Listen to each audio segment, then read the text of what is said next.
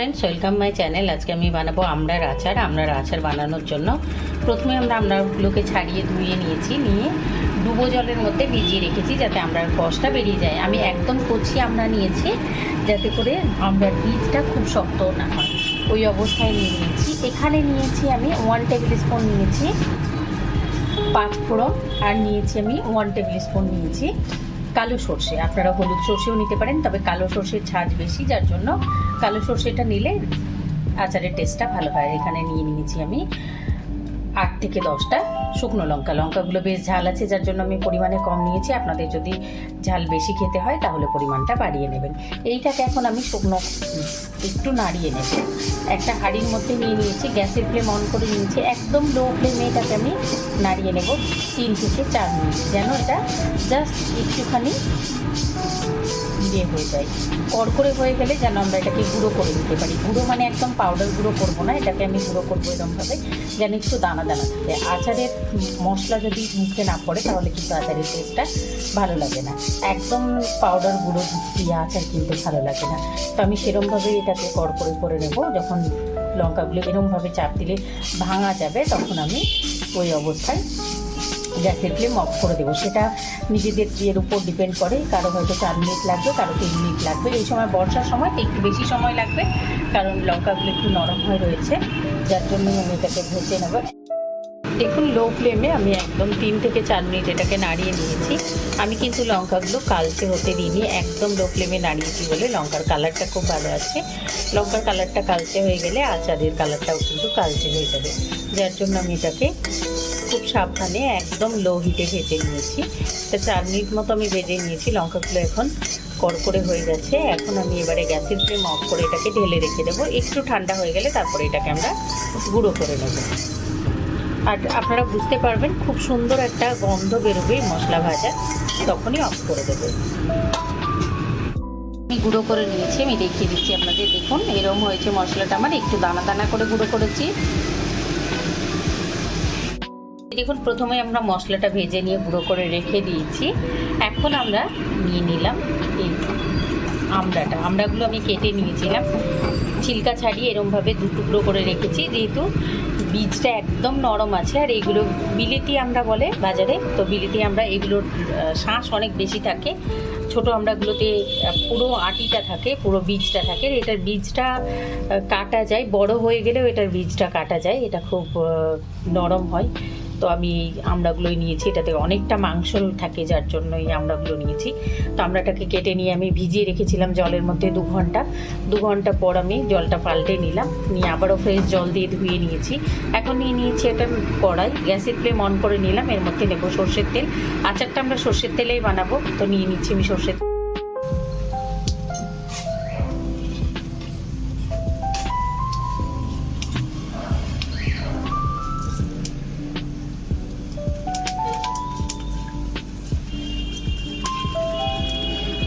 এই দেখুন মশলাগুলো ভাজা ভাজা একটা গন্ধ বেরিয়ে গেলে এর মধ্যে ঢেলে দিচ্ছি আমি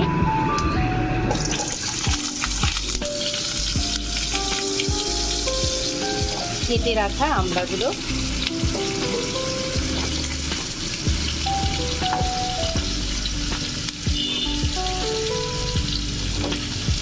সমস্ত আমড়াটা নিয়ে নিলাম আমি। এই দেখুন এর মধ্যে দিয়ে দিয়েছি নুন হলুদ দিয়ে এটাকে আমি খুব ভালোভাবে নাড়িয়ে নিচ্ছি। আর আপনারা চাইলে এটাকে শুকনো টাওয়েল দিয়ে মুছেও নিতে পারেন। আমড়াটাকে 2 ঘন্টা জলে ভিজিয়ে রাখার পরে শুকনো টাওয়েল দিয়ে মুছে নেবেন, তাহলে কি হবে, এটা জল একেবারে থাকবে না এর মধ্যে। এখন এর মধ্যে যেহেতু জল আছে আর নুন দিয়েছি, তো জলটা আরও রিলিজ করবে। তো আমি এখন এটাকে মিডিয়াম লো ফ্লেমে নাড়িয়ে নেব 2 থেকে 3 মিনিট। তারপরে এর মধ্যে আপনারা গুড় চাইলে গুড় অ্যাড করবেন, চিনি চাইলে চিনি অ্যাড করবেন। আমি গুড় অ্যাড করব। তো এটাকে আমি এখন 2-3 মিনিট নাড়িয়ে নেব তেলের উপরে।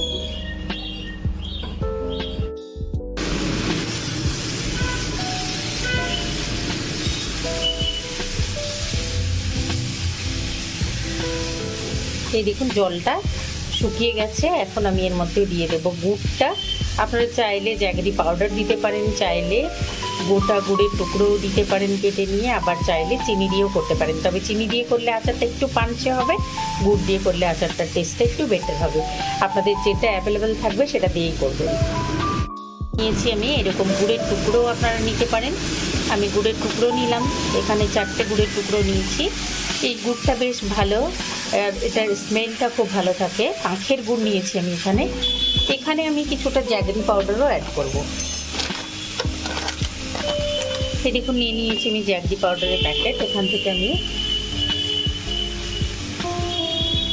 জ্যাগরি পাউডার অ্যাড করে দিলাম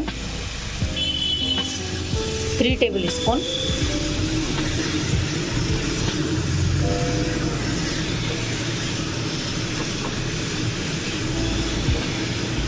আর গ্যাসের ফ্লেমটা মিডিয়াম রেখে আমি এটাকে নাড়াতে থাকবো। নাড়াতে আমড়াটা আমাদের সেদ্ধও হয়ে যাবে, সেই সাথে গুড়টা মেল্ট হয়ে যাবে।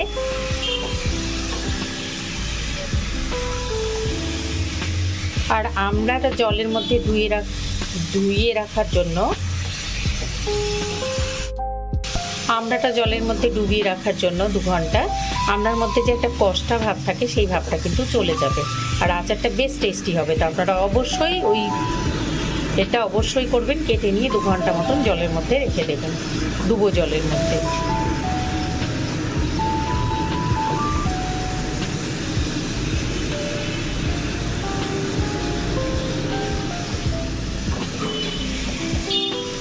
দেখুন নিশ্চয়ই দেখতে পাচ্ছেন যে আমড়াটা সেদ্ধ হয়ে আসছে।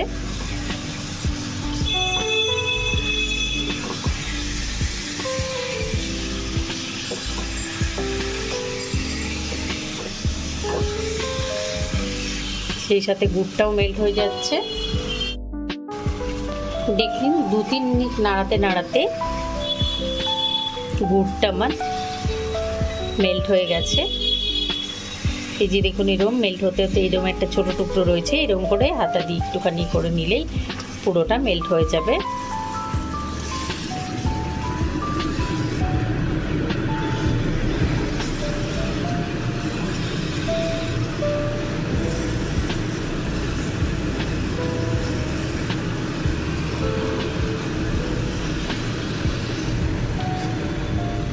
আর এই আচারটা খিচুড়ির সঙ্গে, রুটির সঙ্গে, ভাতের সঙ্গে খুব ভালো লাগে। এখন প্রচণ্ড গরমকাল, তো পাতলা মুসুর ডালের সঙ্গে এই আচারটা ভীষণ ভালো লাগে। তো আপনারা অবশ্যই ট্রাই করে দেবেন আর তৈরি করে রেখে দেবেন, বেশ অনেক দিন পর্যন্ত চলে, এটা নষ্ট হবে না। শুধু শুকনো চামচ দিয়ে যখনই বার করবেন, শুকনো চামচ দিয়ে বার করবেন, আর চেষ্টা করবেন কাচের বোতলের মধ্যে রাখার। কাচের বোতলের মধ্যে রাখার আগে বোতলটা খুব ভালোভাবে ধুয়ে নিয়ে শুকনো কাপড় দিয়ে মুছে নেবেন, যেন এক ফোঁটাও জলও না থাকে। একটু ময়েশ্চার থাকলেই আচার খারাপ হয়ে যায়। আচারের যদি ময়েশ্চার না থাকে তাহলে কিন্তু আচার অনেক দিন পর্যন্ত ভালো থাকে।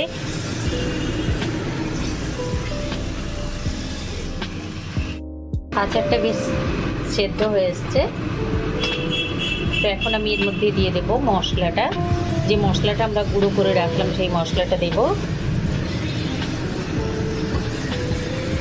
যে যেরকম মিষ্টি খেতে ভালোবাসেন সে সেরকম অনুযায়ী মিষ্টি দেবেন। আমি আমার পরিমাণ অনুযায়ী দিলাম, আপনারা একবার তাহলে চেক করে নিতে পারেন একটুখানি যে কতটা মিষ্টি হয়েছে, তারপরে আপনারা আবার মিষ্টি মেলাতে পারেন।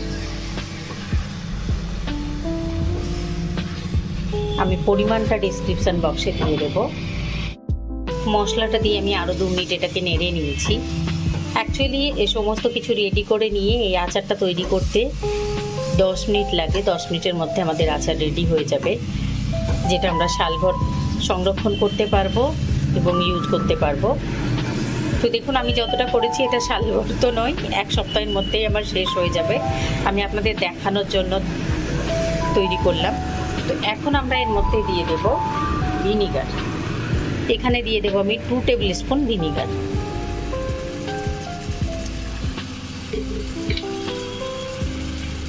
ভিনিগারটা দিয়ে আমি খুব ভালোভাবে মিশিয়ে নেব।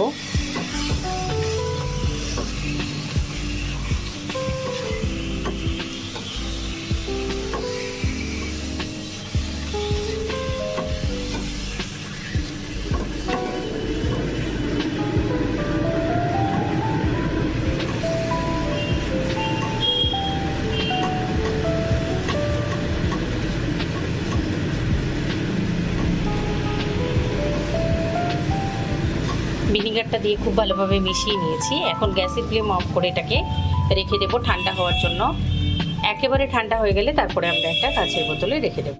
8 ঘন্টা হয়ে গেছে আর এটা মোটামুটি ঠান্ডা হয়ে গেছে। তো আরও 10 মিনিট মতো এটাকে আমি রেখে দেবো। পুরোপুরি ঠান্ডা হয়ে গেলে তারপরে একটা কাঁচের বোতলের মধ্যে ঢুকিয়ে দেবো, দিয়ে এটাকে আমরা রেখে দেবো। আচারটা আমি একটা এরকম বোতলের মধ্যে ঢুকিয়ে রেখে দিচ্ছি। আর এটা 1 বছর পর্যন্ত বেশ ভালো থাকবে। তো আপনারা অবশ্যই ট্রাই করবেন, কমেন্ট করে জানাবেন, লাইক করবেন, আমার চ্যানেলকে সাবস্ক্রাইব করবেন। Thank you.